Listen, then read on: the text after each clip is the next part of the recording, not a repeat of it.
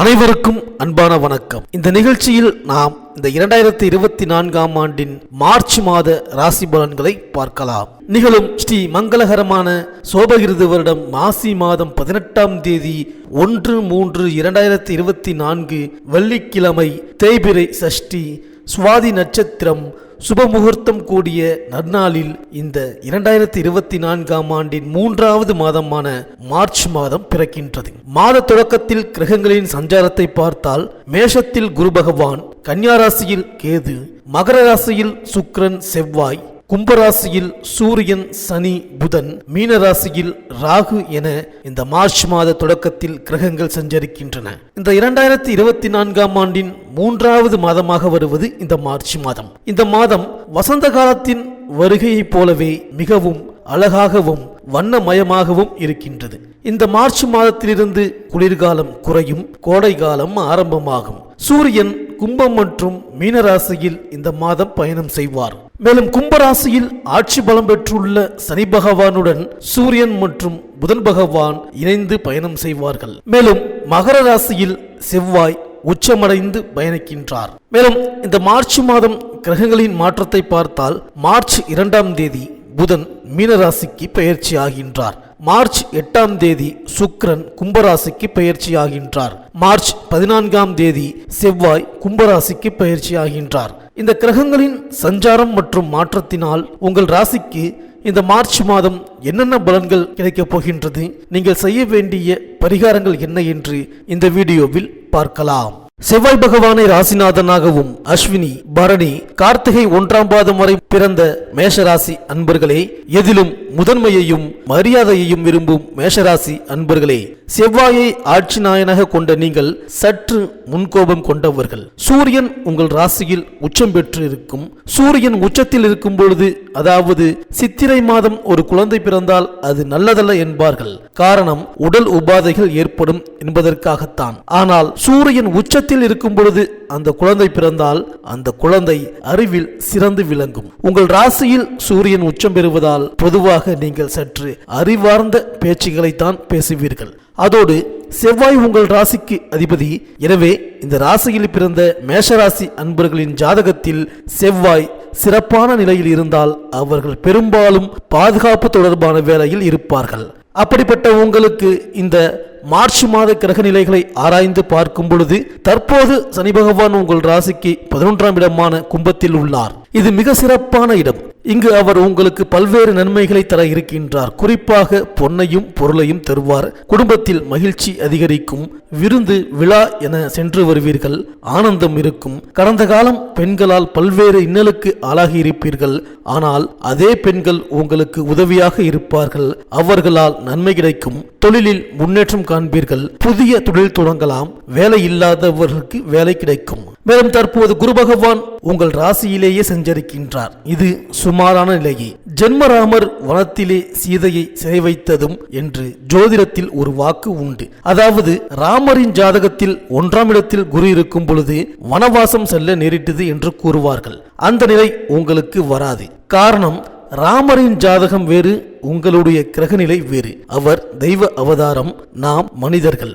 குரு பகவான் 1ஆம் இடத்தில் இருக்கும் பொழுது கலகம் விரோதம் வரும் என்றும் மந்தநிலை ஏற்படும் என்றும் பொதுவாக கூறப்படுவது உண்டு. ஆனாலும் கவலைப்பட வேண்டாம். குரு பகவான் சாதகமற்ற நிலையில் இருந்தாலும் அவரது அனைத்து பார்வைகளும் சிறப்பாக உள்ளது. குருவின் பார்வைக்கு கோடி நன்மை உண்டு. மேலும் அவர் அதிக நாட்கள் அங்கு இருக்க மாட்டார். அவர் 1/5/2024 அன்று பெயர்ச்சியாகி 2ஆம் இடமான ரிஷபராசிக்கு மாறிவிடுவார். மேலும் நிழல் கிரகமான ராகு தற்போது உங்கள் ராசிக்கு 12ஆம் இடமான மீனத்தில் இருக்கின்றார். இது சுமாரான நிலைதான். அங்கு அவரால் நல்ல பலனை தர இயலாது. பொருள் விரயத்தையும் துரதேச பயணத்தையும் கொடுப்பார். 26/4/2025 அன்று அவர் இடம் மாறி உங்கள் ராசிக்கு 11ஆம் இடமான கும்பத்திற்கு செல்வார். மேலும் கேது பகவான் 6ஆம் இடமான கன்னியா ராசியில் இருக்கின்றார். இது உகந்த இடம். அங்கு அவர் நல்ல பலனை தருவார். பின்தங்கிய நிலை மறையும். மேலும் பொன்னும் பொருளும்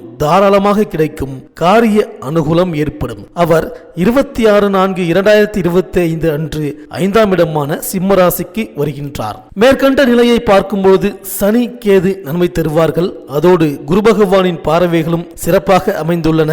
எனவே இந்த மாதம் உற்சாகமாக இருப்பீர்கள். பணப்புழக்கம் சிறப்படையும். பொருளாதாரத்தில் ஒருபடி மேலோங்கலாம். தடைகள் அனைத்தும் விலகும். வாகன சுகம் கிடைக்கும். தேவைகள் பூர்த்தியாகும். உங்கள் மீதான அவப்பெயர் மறையும். செல்வாக்கு அதிகரிக்கும். வீட்டில் மகிழ்ச்சிக்கு எந்த குறையும் இருக்காது. உறவினர்களிடம் நல்ல நிலை ஏற்படும். புதிய உறவினர்களால் உதவி கிடைக்கும். உத்தியோகத்தில் உள்ளவர்கள் பதவி உயர்வு காண்பீர்கள்.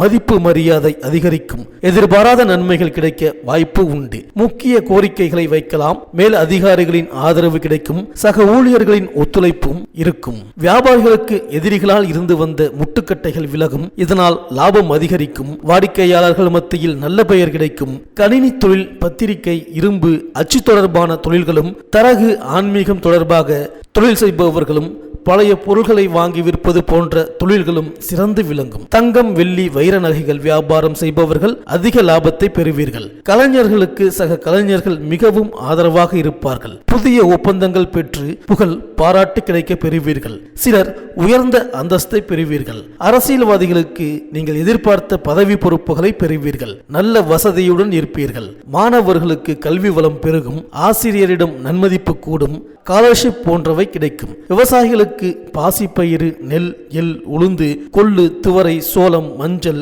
கொண்டைக்கடலை நல்ல வருவாயை கொடுக்கும். கால்நடை செல்வம் பெருகும். ஆடு, கோழி, பசு, கால்நடை வகையில் எதிர்பார்த்த நல்ல பலனை அடையும் வாய்ப்பு உண்டு. வழக்கு விவகாரங்கள் சாதகமாக அமைய வாய்ப்பும் உண்டு. பக்கத்து நிலக்காரர்கள் வகையில் இருந்து வந்த தொல்லைகள் மறையும். பெண்களுக்கு கணவன் மற்றும் குடும்பத்தாரிடம் நல்ல பெயர் பெறுவீர்கள். சகோதரர்கள் மிகவும் ஆதரவாக இருப்பார்கள். வேலைக்கு செல்லும் பெண்களுக்கு குரு பார்வையால் உங்களுக்கு அவர் உயர்வை தருவார். சுய தொழில் செய்து வரும் பெண்கள் சிறப்பான பலனை பெறுவீர்கள். பூ வியாபாரம் செய்யும் பெண்கள் நல்ல வருமானத்தை பெறுவீர்கள். உடல் ஆரோக்கியம் மேம்படும். பயணத்தின் போது சற்று கவனம் தேவை. இந்த மேஷராசி அன்பர்களுக்கு இந்த மார்ச் மாதம் அதிர்ஷ்டமான நாட்கள் என்ன என்று பார்த்தால் மார்ச் 1, 2, 3, 5, 7, 11 மற்றும் 13. இந்த மேஷராசி அன்பர்கள் இந்த மார்ச் மாதம் பத்ரகாளி அம்மனுக்கு எலுமிச்சை விளக்கு ஏற்றுங்கள். நாக தேவதையை வணங்கி வாருங்கள். ராகு காலத்தில் பைரவருக்கு பூஜை செய்யலாம். ராகுவுக்கு பிரத்யேக அர்ச்சனை செய்யலாம். நீல ஆடை தானம் கொடுக்கலாம்.